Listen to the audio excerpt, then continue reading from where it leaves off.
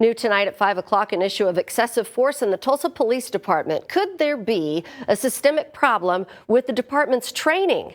A judge has ruled a lawsuit can move forward for a jury to decide that. I spoke with the attorney behind the lawsuit who calls this an unprecedented decision.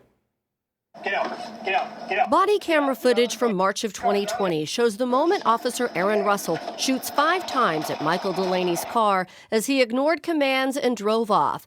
He was shot in the shoulder and eventually pleaded guilty for obstruction.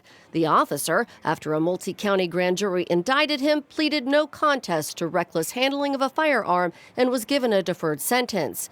In 2021, Delaney sued, claiming the officer and the city violated his constitutional rights. It's called a Monell claim. It's essentially establishing liability, not just for the officer, but liability for the municipality, like in this case, the city of Tulsa. The system. The system, right. Attorney Dan Smolin represents Delaney and says he's worked for over a decade to prove there's a deeper problem when it comes to Tulsa officer excessive force cases.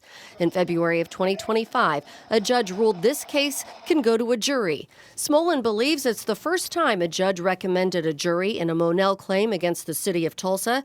2 News cannot independently verify that, but according to a study in the Virginia Law Review, of 1,200 police misconduct cases examined, very few Monell claims made it to trial, and even fewer succeeded.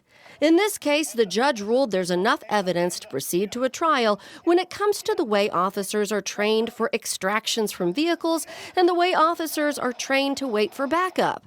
Smolin said a jury ruling in his client's favor would be significant for numerous cases involving TPD. It becomes relevant to any other time a situation occurs in the city of Tulsa with a city police officer where they're following unconstitutional training and they're systemically causing constitutional violations. The original complaint cites a report by the Human Rights Watch that found of 1,700 reported TPD excessive force incidents, the department only found 2 to violate policy, and that regarding those 2, TPD did not discipline the officers.